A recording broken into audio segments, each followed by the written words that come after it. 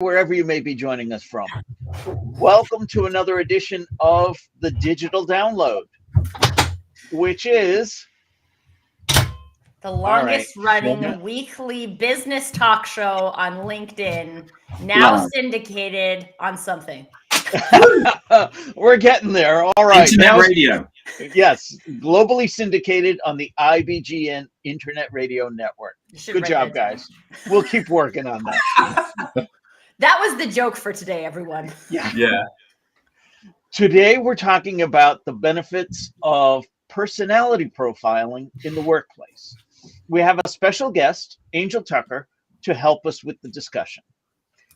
A best-selling author and certified human behavior consultant specializing in administering the DISC model of human behavior, she has revolutionized the way corporations like Walmart and the USAF approach team dynamics and communication. But before we bring Angel on, let's go around the set and introduce everyone. While we're doing that, why don't you in the audience reach out to a friend? Ping them, have them join us. We strive to make the digital download an interactive experience. Audience participation is highly encouraged. So with that, introductions. We'll go counterclockwise today. Adam, would you kick us off, please? Oh, I'm surprised it's me already. Hi. Get outside your comfort zones, everyone. Yeah, I'm Adam Gray. I'm co-founder of DLA Ignite, and I'm delighted to be here to be discussing this today. Excellent. Thank you. Welcome. Alex. Hello, everyone. So my name's Alex Abbott, the bearded sales guy. I'm the founder of Sapiro. I'm too delighted to be here. It does feel like it's been a while, though. I think I missed last week. So hopefully you skived off last week. I did. And I'm a proud DLA Ignite partner. Excellent. Great to have you here, Alex. Welcome. Tracy. Hello, everyone. I am glad to be back. I am Tracy Borison. Hello, Beth. Of TLB Coaching and Events, also a proud DLA Ignite partner. And I too am delighted. Are we just all going to be delighted today? We can be delighted. Although I will also say I tend to be the devil's advocate when it comes to personality assessments. So I am excited to get some of my questions answered today.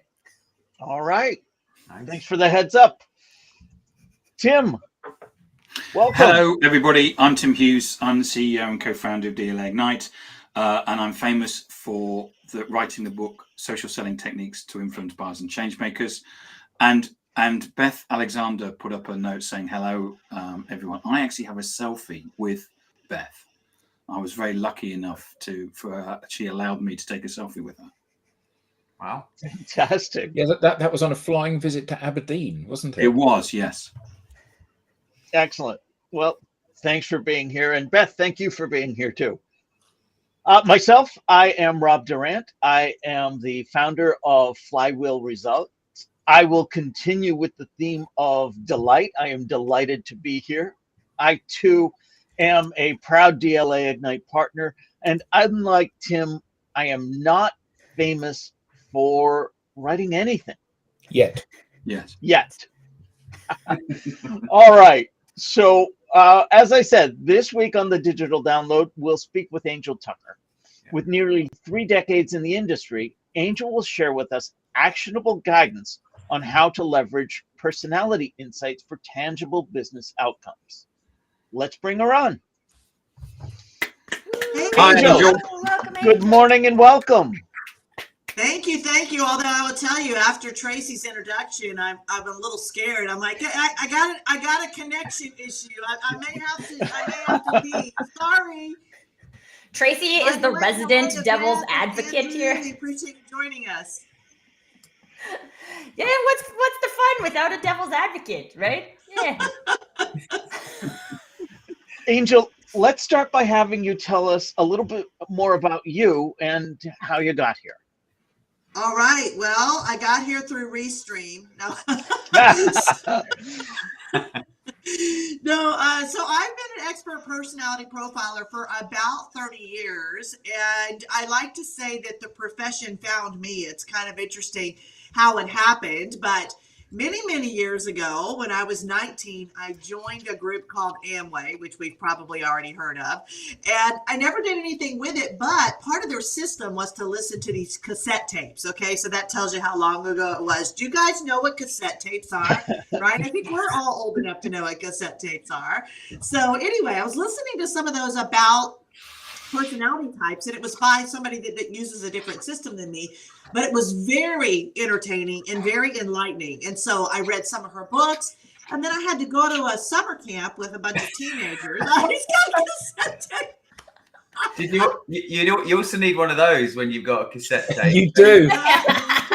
What is that, Alex? Sorry to butt in, Angel. I wish I had a pencil in front of me. Thank you.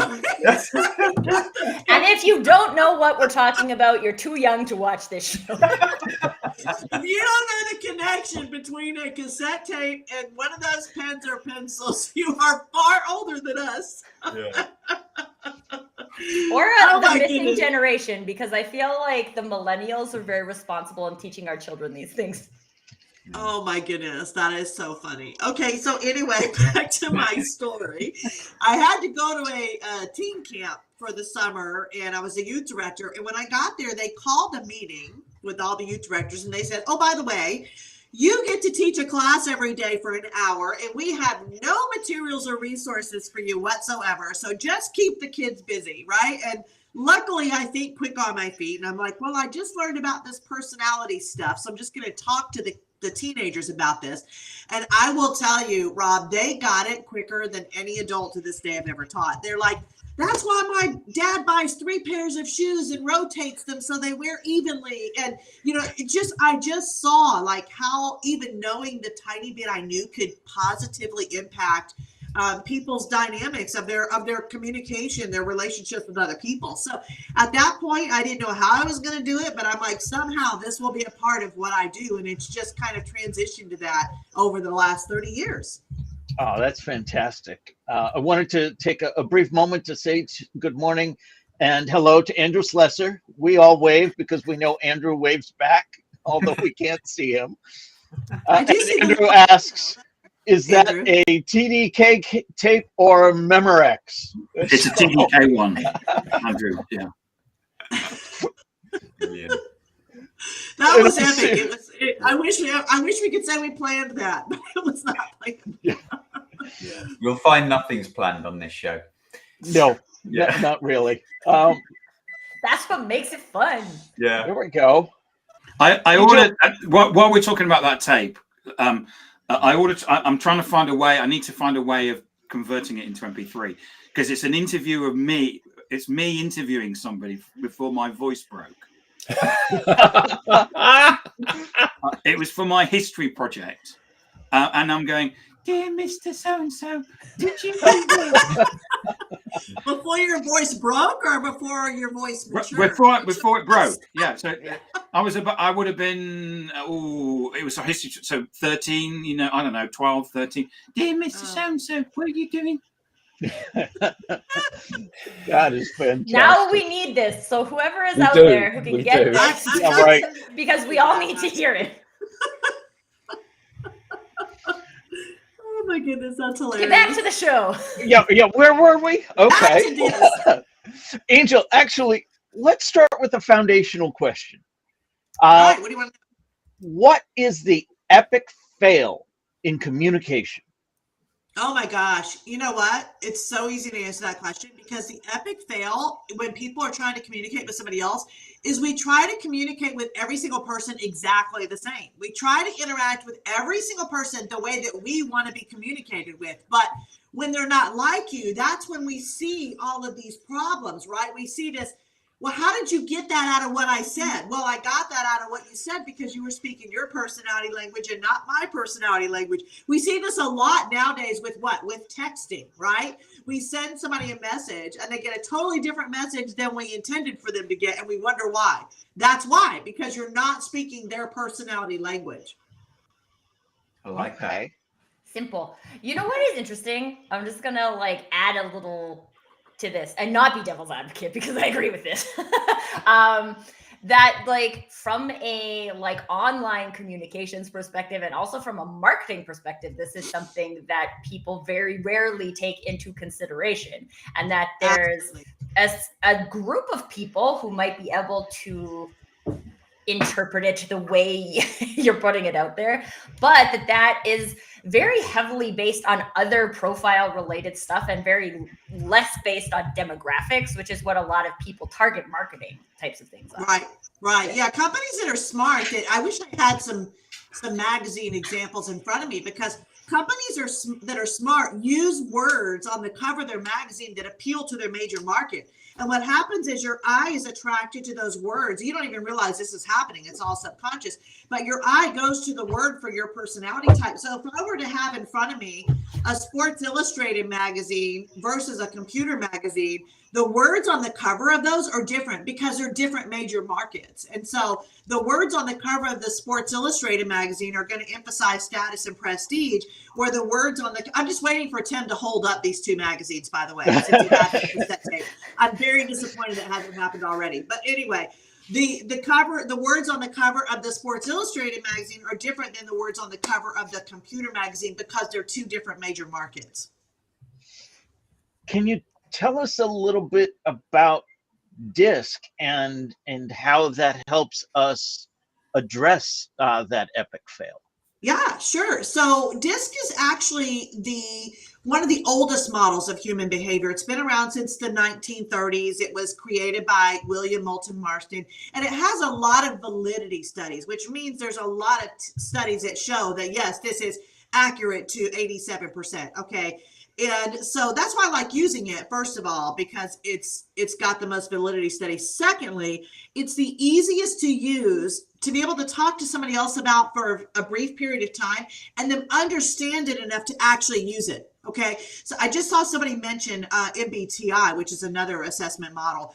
Earlier, I think it was Beth, and that's a great model, and it's loved by engineers. Okay, it's loved by people who love knowledge. It's just not user friendly, right? You can't talk to somebody about MBTI for 5 minutes and then go, oh, I get it. Now I can go tell somebody else. So that's what I love about DISC. So since it's been around so long, any system that you see that breaks down to 4 is actually DISC. It's just people taking it and calling it whatever they want to call it. So you've got numbers, you've got colors, you've got symbols, you've got words, you've got animals. And so all of them are actually DISC. So can I just pick up Derek E. Weeks? There's 2 comments. First of all, he asks a question. Just play the tape on Zoom meeting, then download the MP3 of that recording. I haven't got any way of actually playing the cassette, which is I'm thinking about buying Amazon, a cassette recorder. they sell them on Cassette Amazon. player. The other thing about Derek is he's actually he's famous, and he's famous for writing this book, which 2 of us have got. Oh, geez. So for those that are listening on internet radio, that makes great audio. What's the book? So Derek has just written and launched a book called Unfair Mindshare. Sorry about this, Angel. It's a CMO's guide to community-led marketing in a product-led world. So Derek, thank you for joining in. His other comment that I wanted to read out is, I've shared personality test insights across my team in the US. Most people enjoy seeing them and sharing the results. Some don't want to. I'm curious of how receptive people are in different countries, e.g. France, Germany, Italy, Japan, India, and any experience with cross-cultural sharing of the models and results. Love it. Love it. That's a great question. So actually, it's not a cultural thing. It's a personality thing. So the ones that typically resist taking assessments are your high C, and I know we haven't even gotten into the letters yet, but C is you're very analytical, you're 4-level deep thinker. Okay. So these are the people that are very skeptical in nature. So a lot of times they'll resist taking an assessment because they're afraid that we're trying to label them or we're trying to pigeonhole them. And actually assessments are quite the opposite of that. Okay. In fact, I tell people you actually contain all 4 of these letters to some degree, but every single person has their own unique blend of those letters. Okay. And so the goal here is not to label anybody or pigeonhole you. The goal is to help you understand dominant personality types of people so you can best predict how they need you to interact with them to create what I call win-win situations. And that's really what it's all about. It's about almost like being multilingual, talking about different countries.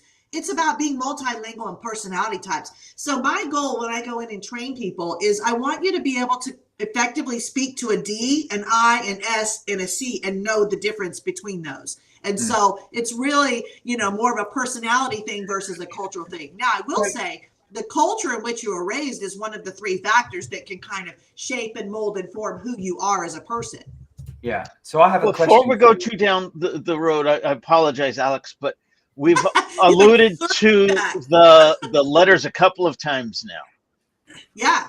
Can we break that down for the audience? And then, Let's Alex, do it. I'll have Okay. you pick up where you were going to ask. Yeah, sure. So the letter D stands for dominant. So if you've ever heard somebody say, I'm a type A, that is the letter D. These are the go-getters. They like things done their way. They like to be in charge. They need to constantly be doing stuff. They need organized chaos in their life. Okay. Was that Rob just then? Was he demonstrating a D?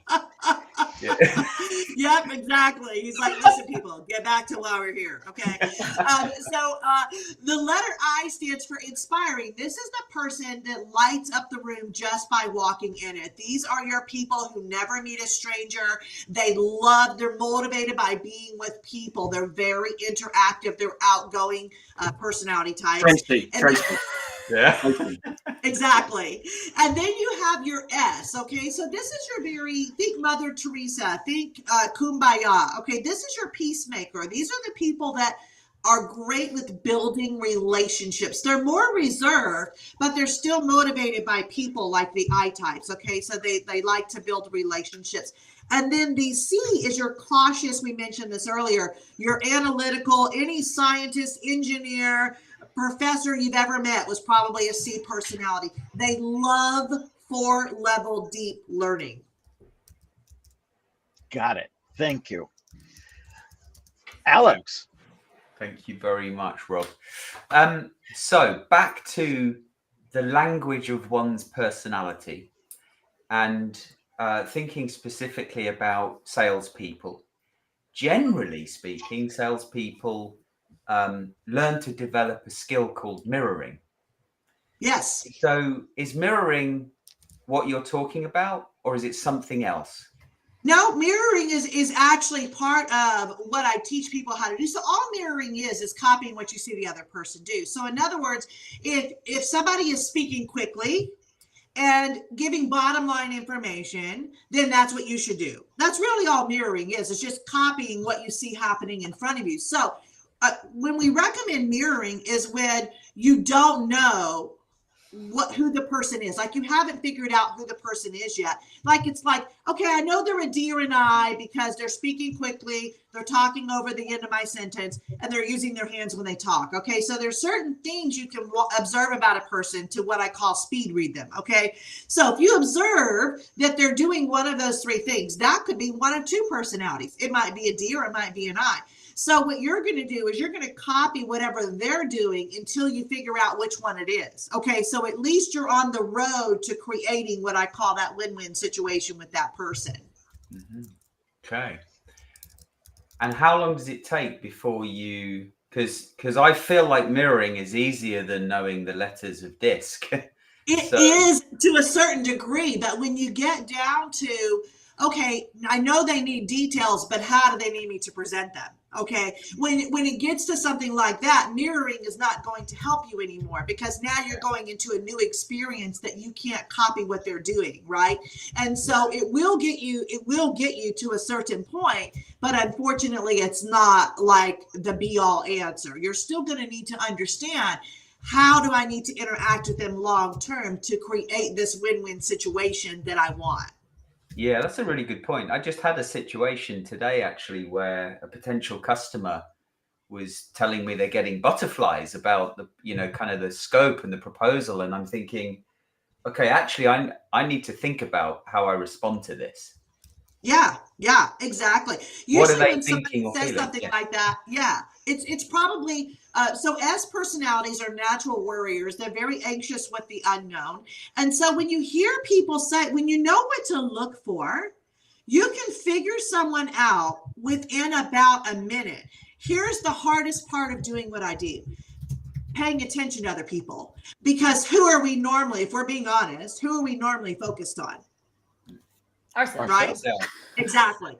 And so you have to take the focus off of you and put it on the other person in order to figure out who the person is on the other side of the conversation, right? And when you do that, when you know what to look for, then it gets a little easier. Now, there's some people, it's only about 1% of the population, they're actually what we call level, which means they're even in all four personalities. Now, they're not born that way. They've conditioned themselves to be that way. And there's three things that kind of like shape and mold and form your personality, because you can die something completely different than you were born. Okay. So the three things that kind of shape and mold and form who you are your experiences, your environment, and the culture in which you were raised, which is why I mentioned that earlier. And so anything you can name can be put into one of those three categories. And so those kind of shape and mold and form who we become. So sometimes you're level, which means you're even in all four. So it's hard for me to look at you and go, oh, yes, you're a D. Oh, yes, you're an S. And so that's when the value of something like mirroring comes into play. And so on that though, Angel, while this isn't about focusing on ourselves, how valuable is it to know what you are so that when you're trying to adjust or mirror to someone else, you take into consideration that like, this is how I would see it and this is how you would see it, and there's a difference there? That is such an important question, because the reality is that the way that someone perceives us also will affect the way they receive us. Okay. And if we're being honest, there's many times where we've decided whether we like a person or not that we've never actually met. Right. We didn't like the way what they were wearing. We didn't like the way what somebody else told us about them. We didn't like the way they spoke to us on the phone. So we've already made a decision how we would receive that person if we interacted with them. Okay. So what's important to understand is the way that someone perceives you doesn't matter whether it's true or not. It's their reality of you, right? And so it's going to affect the reception as well. So back to your point, Tracy, it's important to understand how other people see us, because sometimes people see us differently than we see ourselves. For example, as a high D personality, which I am, I see myself as a go-getter, but other people might perceive me as being overbearing or bossy or rude, or this is a big one, thinking I look down on them. Okay. Because D's carry themselves with confidence, and you don't have to wonder what they're thinking. They're going to tell you. And D's are only 10% of the population. So if you think about it, that could potentially be bad for the other 90%, right? And so understanding myself, Tracy, I know that when I'm interacting with, especially an S, I got to pull it back. You know what I mean? Like, I can't come on so strong, because that's very intimidating to them, which of course makes them very uncomfortable. So understanding yourself is vital. Following up on what you were asking, Alex, Beth Alexander says, I reckon a lot of salespeople will be Ds, but the Ds wouldn't necessarily be the best salespeople. Beth, I love you so much. It's funny how you look at different industries and see that personalities are naturally attracted to them. Okay. So there's 10% of the population in Ds, but probably 60% of salespeople are Ds, right? And so the industry of sales attracts naturally Ds and I personality types. Now, here's the funny thing is the most loyal customers you'll ever get are S's and C's. But D's and I's rarely get them because they don't understand how they buy. Okay. And so what happens is they're constantly working harder to get new business versus just understanding the personality types that are most loyal that will send them the referrals in the first place. You just have to understand how to get them. So then, Angel, would you also say that it's like a little bit short-sighted to say, okay, I'm a D, so I'm going to go for Ds because we communicate the same? What I think about that from a percentage perspective, like I've just like limited my target audience severely. Exactly. It's kind of like the low-hanging fruit, right? But it doesn't mean long range. You know, if this is something that you tend to turn into a career, isn't it easier to have the business come to us than to go after the business? And so you have to kind of have that mindset shift where you realize that, yeah, this may be the easiest thing to do, but is it the best thing to do, right? And that's kind of where we have to ask ourselves those critical questions. So is it realistic to divide the entire population into 4 major personality types? Because you know, This when I is look the around, problem I generally have with Yeah. personality. And you know, so 'cause- this is where you're getting back to, oh, you're just labeling, oh, everybody who's a D, you're exactly alike. Remember, you're a blend of all 4. Okay. I will tell you, Adam, that it's better than guessing. Okay. And absolutely, so, absolutely. yeah. But Yeah. it's just And that, so you know, that's where it really, everybody here is complex. Yeah. And, you know, and there are elements that if you were to say Rob's a D, yeah, and he is in some ways, but equally he's completely un-D-like in other ways. And whenever I've looked at these personality tests, I've always kind of found that they come back and depending on how you answer the questions, you know, if it's one that you fill out yourself, depending on how you answer the questions, because you well, yeah, I'm a bit of this, and I'm a bit of this, and I'm a bit of this, and you I don't know. I just find it really difficult to apply this kind of framework to individuals. yeah. And I'll tell you, and that's why it's only 87% accurate, because exactly what you just said, the way you answer the question, right? Because sometimes people say, oh, well, people tell me I'm this, so I'll make that selection. Or I wish I had a bit more of this, so I'll make that selection. Or, you know, I can be this if I try, so I'll choose that. So when you do an assessment, one of the things we tell you is don't take too long to do it. Your answers need to be instinctive, right? You need to pick the one that you're 51% of the time. That's what you are all the time, right? And so, but there are situations, Adam, where let's say I'm a very bottom line person, which I am, but when it comes to this one situation, I want details, okay, which is unlike my natural D or I type. And that's why I say we contain all 4. So it's important for people to understand that, yes, you can tell what someone's dominant personality is, but you also have to understand the importance of paying attention and seeing that, yes, okay, yeah, I know their bottom line. So why are they asking me for details in this situation? Because in that situation, another letter takes over. And that's what you need to mirror at that time, going back to what you were saying earlier, right? Because we all have all 4 personality types in us. We all have a little thing we do. Let me give you an example.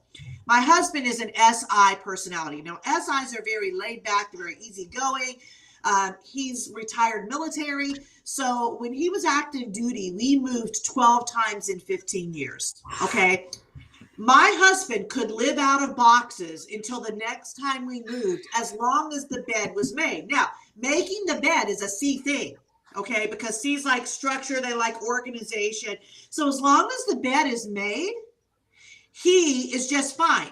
All right. So in fact, when we first got married, he used to make the bed around me. Okay. I'm still in the bed and I can feel him, you know, tucking in the sheets and making the bed around me. Now, I don't make the bed because I'm a D. It's a waste of time. I'm going to get right back in it again at the end of the day.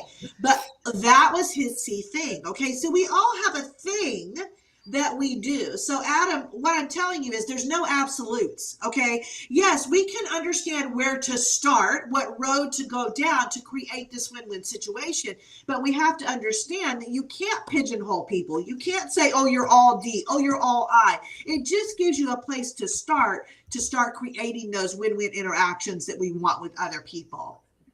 We have some comments from the audience I want to get to.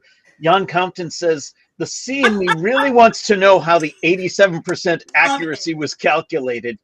And Beth Alexander says, me too. I'll leave it to them to do their research, those C's. They can go out and investigate on their own. I wanted to get to this comment, this question. Oh, I love it. Derek Weeks asks, I feel like some folks have one personality at work and another personality in their personal lives. Is that common? That is a great question. Okay, so here's what happens. We stay our first personality letter until one of two things occurs. Okay, one, our first letter is satisfied. So let me give you an example. I'm a DI. I will stay a D until one of two things happens. One, my D is satisfied. So let's say that we've planned to go out for fondue this Thursday. We're having a ladies' night. I've known about this for weeks. I'm looking forward to it. As long as I get all of my D stuff done, and I get my bonus task done, by the way, because D's always have a bonus task. As long as I get all that stuff done, I can jump to my I and have fun guilt-free, okay? Because my D is satisfied. The other situation that would cause that is if my D isn't working for me. Okay. And this usually happens subconsciously. If I'm in a situation where my D isn't getting the deal, let's say I'm a salesperson and my D is not getting me the deal, then what will happen is, without me even realizing this, I'll jump to my I because my D didn't work, you see? So I'll jump to my I and I'll start telling jokes. I'll start livening up the room. I'll try to shift the mood with my I personality because my D wasn't successful. And so this is why we're different with our kids than we are with our friends. We're different at work than we are at home. Usually it's out of necessity because the first letter isn't going to work in that situation, or the first letter is happy, so we can go to the second letter. So that's why that occurs. Would you also say, Angel, that there are times where people have been conditioned out of their primary letter? Yeah. So remember we talked about the three things that kind of shape and mold and form who you are: your experiences, your environment, and your culture. So for example, there are many cultures where it's not acceptable for the female to be dominant. Okay. And so maybe you have a female that was born a D, but her entire life, Tracy, she's been told children are to be seen, not heard. Only speak when you're spoken to. Sit down and shut up.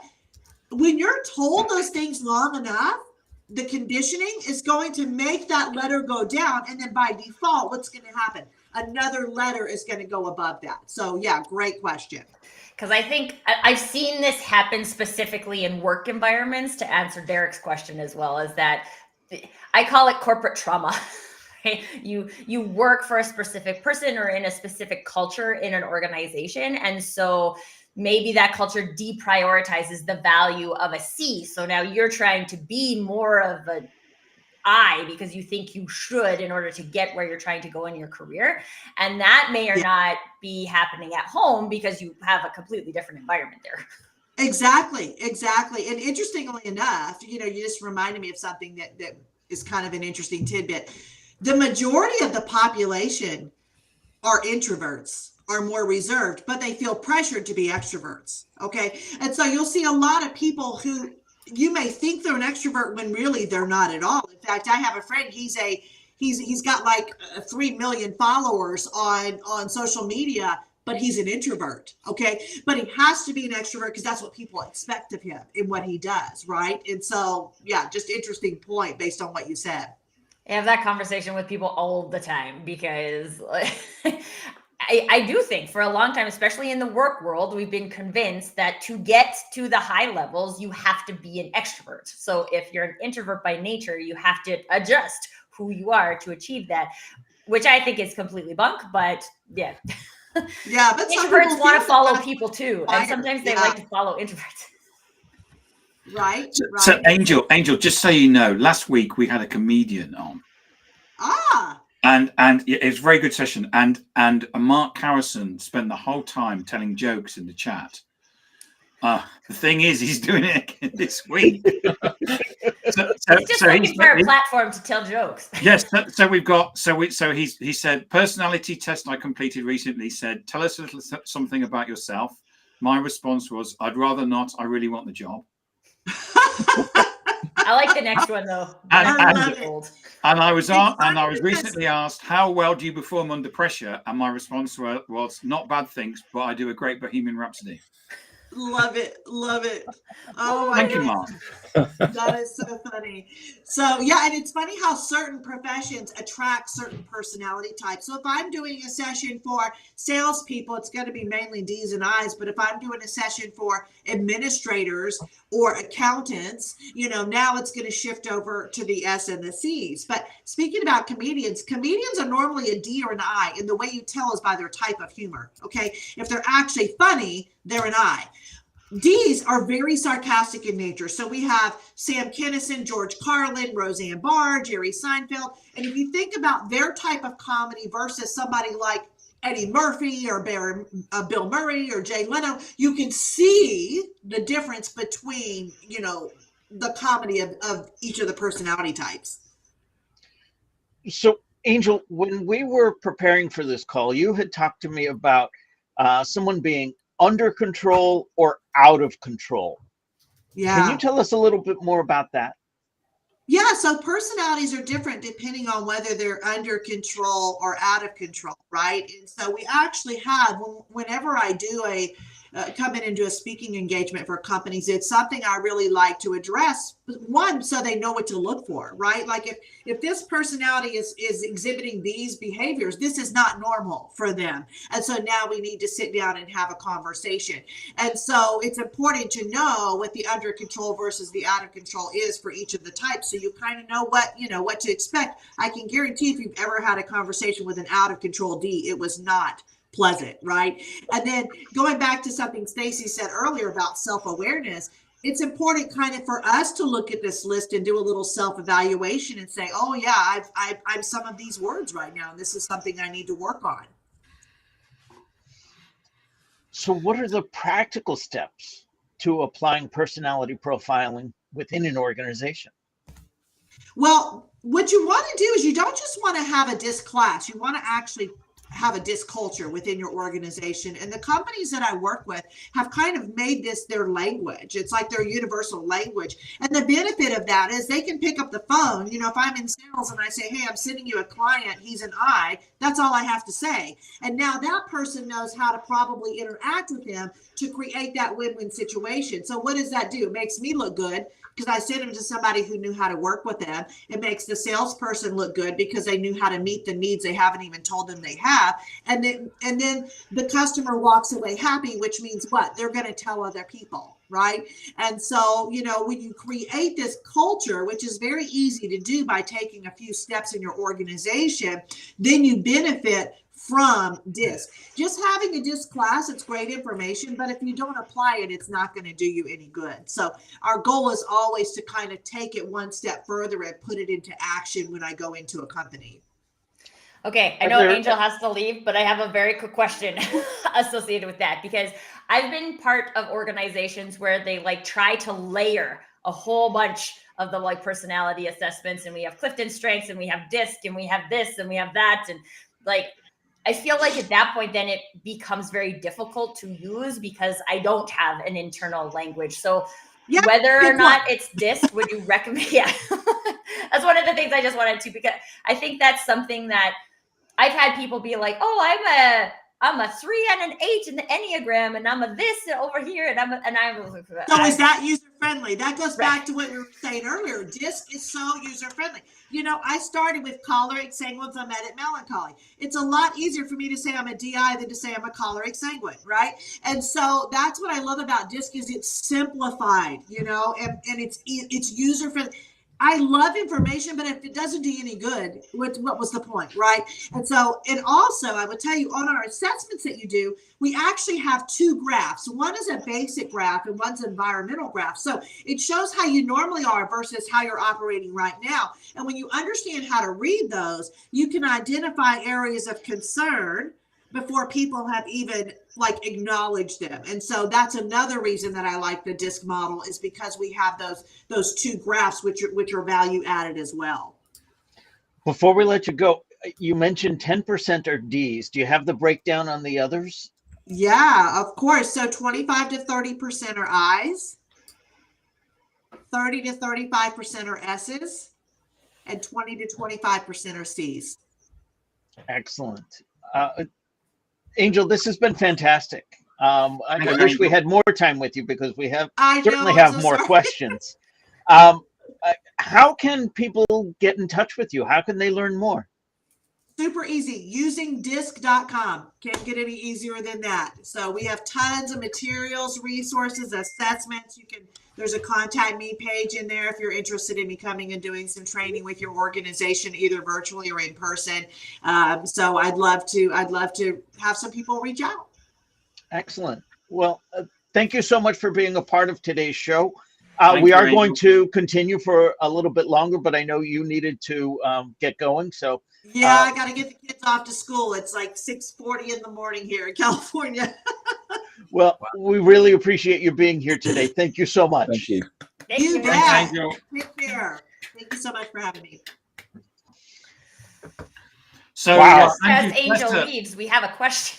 Yes, so Andrew Slessor, I think it's worth putting up his comment. He said, I was recently asked to describe myself in 3 words. My answer, lazy. All right. But yeah, well, as Tracy said, not Stacy, as Tracy said, we have a Be question. surprised how often I get that. I'm Yeah. just straight. Owen Davis asks, how does stress impact personality types? So I am no expert in this field, but I do actually teach a class that was based on the foundations of DISC. And as Angel was telling us, we are all at some point each of those personality types. I would dare to say, going back to the answer she gave, where if your primary is solved, then you move on to your secondary. Stress may impact what suddenly becomes primary. I like to tell my students, I give an assessment much like this. I say, before I even give you this test, I could have manipulated your answers to get the result that I wanted. What do you mean? I could give you any one of 3 scenarios. I could have given you, but the scenario I gave you was, hey, let's do this. We're going to have some fun today. And don't overthink your answers. Instead, I could have given you this test and said, this is critically important. This is going to impact your grade. You would have answered some of these questions differently. I could have instead said, thanks for coming in for this job interview. But what we're going to do before you sit down and interview with anyone is we're going to have you take this personality assessment. Now you're going to answer based on what you think I want to get that job. Or I could have said, hey, let's put you in a situation where 5 years from now, the business you started today is highly successful. You are the CEO leading 300 people in your organization, which is great, except that all 300 of them are coming to you for answers about everything. You're going to put your D hat on there. You're going to have to make decisions and be abrupt and so on. So I would contend that stress would make it just as contextually relevant to how you not so much answer the questions, but how you behave in that moment. I think an interesting add-on to that, Rob, is also that I think the power is in asking this question, Owen. When we are like practicing the ability we talked about of observing ourselves and observing other people, being able to pay attention to how does stress impact that personality type. I'm sure there's probably some great resources on the usingdisc.com website that speaks to stress as well. But I think the answer is in the question, although I always think the answer is in the question. And similar to Adam's point earlier about how we're all a little bit different and we all have a different formula of these 4 things that are coming together. I think the power, especially from a managerial perspective, is how am I paying attention to how stress impacts the personality types of my people? Absolutely. That's a good point, Tracy. I really wanted to dig into that 87%, because what does that mean? And I think it's more about that contextually relevant. For me, the lesson isn't, oh, I'm a D, or I'm walking away as a C. And I tell that to the students. I don't want you to think about that, because I could get you to be a little bit different from what you are, just based on the conditions that we set up prior to that. What I want you to realize is that you have all of these elements. And the other thing I want you to realize is, so does everyone you're talking to. And I think that's really how we started this conversation. The epic fail in communications is, we start with us, we end with us, and everywhere in the middle, it's all about us. And that's where I really wanted to dig in more with DISC, and how to apply what we know towards better communication. That's what I'm taking away from this conversation. Is it's a lovely reminder that when I'm having a conversation with someone or interacting with someone, and they're responding in a way that I don't like for whatever reason, maybe I can help them.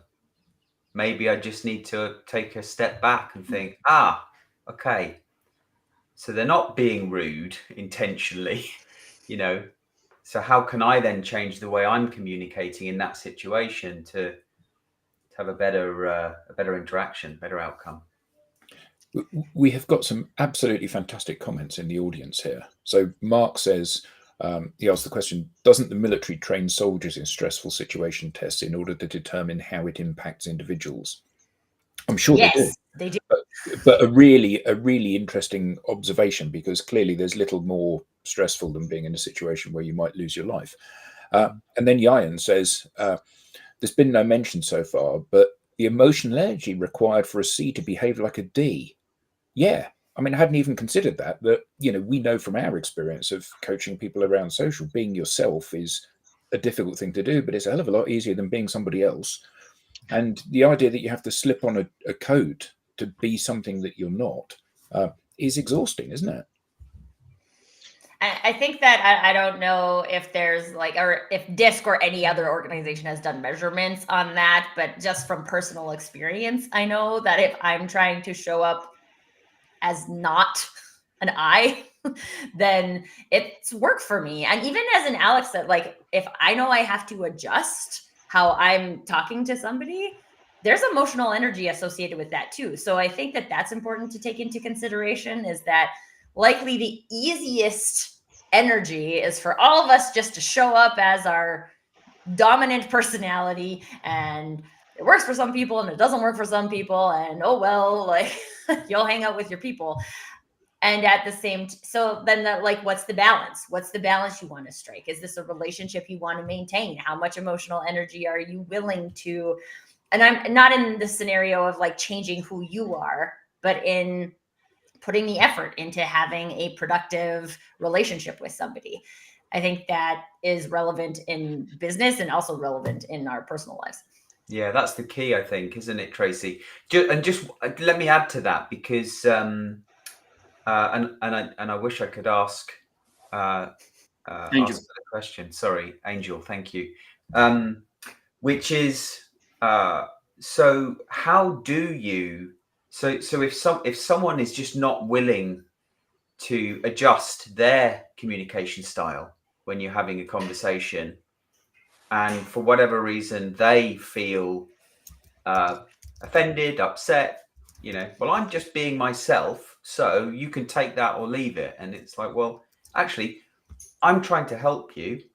Perhaps you could say that in a different way.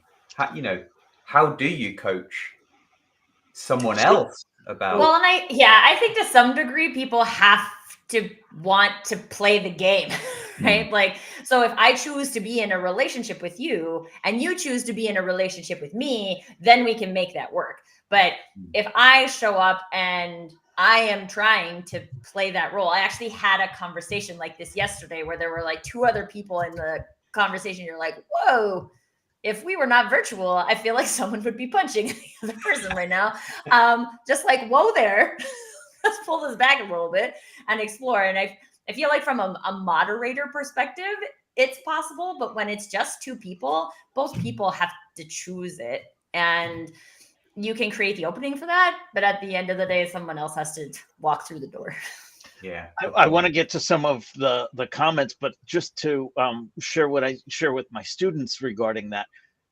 Most people aren't recognizing that they're in a conversation that are speaking on two different levels. Everyone thinks you receive the information just the way I intended. Rob, you're just not listening, mate. You're just not listening. No, I've got to move on, Adam. So, in response to Jan's question, Beth Alexander said, I'm a C who had to be a D in a previous job, and wow, was it tiring. I didn't know that was happening at the time. And then we have Mark, who added, learning from watching how others respond to stressful situations allows you to adjust your own personality. Try going to a temple and mix up all the shoes. Okay. That sounds like a terrible idea. Yeah. Owen shared, great, thanks. I think this is in response to us trying to address the question. Trying. Really insightful. Working in product, communicating and understanding people is a huge part of the job. Really interesting and thought-provoking. We have Andrew. With adapting to all the personalities and trying to cope, will this stress out a person and raise the issue internally with them of imposter syndrome? I can answer that. Imposter syndrome doesn't exist. You'll have to go back 3 weeks and listen to that episode to find out why. Also, can I share my definition? Because I don't know if I have on the show. So long as you're trying to be someone else, you'll feel like an imposter because you are. There you go. Other comments. Well, now we're just peeking in on a one-to-one conversation, aren't we? Jan's responding back to Beth. For me, that's the benefit of knowing a little bit about these tests. We recognize when we're not being our default self and burning all our matches. I would agree with that completely. Yeah, that's an interesting point too, because I would guess that there's also specific personality types, I's, and S's, it sounded like as well. I don't know the details of DISC as much as Angel, obviously, but like I'm innately curious about people. So it actually feels easy for me to like observe these types of things. That might not be true for a different personality type. So there might be more energy output there from other people. So I think it's also important to know that about yourself and pay attention. To Andrew's question, if you are finding yourself like overly stressed out all the time, trying to adapt to these personality types, at the end of the day, it's up to you to manage your stress level. So maybe I do want to, or maybe I am a C hanging out with all Ds. Maybe that's why I feel like it's overpowering, because I am constantly trying to adjust myself to match the people. Maybe I could bring some more C's into my community. That makes it feel a little bit easier, so I don't have to adjust as much with those people. Again, I think the answer's in the question. So that reminds me of the takeaway I try and leave my students with. In the moment, none of us really remember very well that the person we're talking with is most likely not receiving information in the same way that we receive information. In the moment, we are like two ships passing in the night, never to see each other. When you step away from that and realize, oh, we weren't communicating very well, that's when you can maybe follow up and try a different approach. If you can apply that in the moment, kudos to you. But I don't think most of us can. I think simply being aware that there's more than one way to send and receive a message is the critical first step in whether it's DISC or any other personality type, and then going from there. So something that I tell my 5-year-old all the time is that mommy and daddy and you might all be in the same room and one thing is happening, but none of us are experiencing it the same way. So the only way we can know that is to tell each other it. There we go. All Lessons right. for a 5-year-old. This has been another episode of the Digital Download. Well done, everybody. Yeah. Great Yeah. conversation. Thank you so much to our very active audience today. If you have something to say, if you want to be a guest on the show, we want to hear from you. Yeah, You can Mark. scan- Mark. Yeah, Mark seems to have lots to Beth, say. Beth, You come should come be Beth, on the come show. Yeah, Absolutely. All of you. Andrew, All of you. Owen, come on, Owen. Yeah, be on the Ryan, show, friends. all of you. Come on. you can scan the QR code on screen. For those of you on internet radio, probably cannot scan the QR code. Visit us at digitaldownload.live and click on Be Our Guest. On behalf of myself and the panel, to our audience, to our guest, thank you so much for being an active part of today's show. Another fantastic episode, and we will see you next time.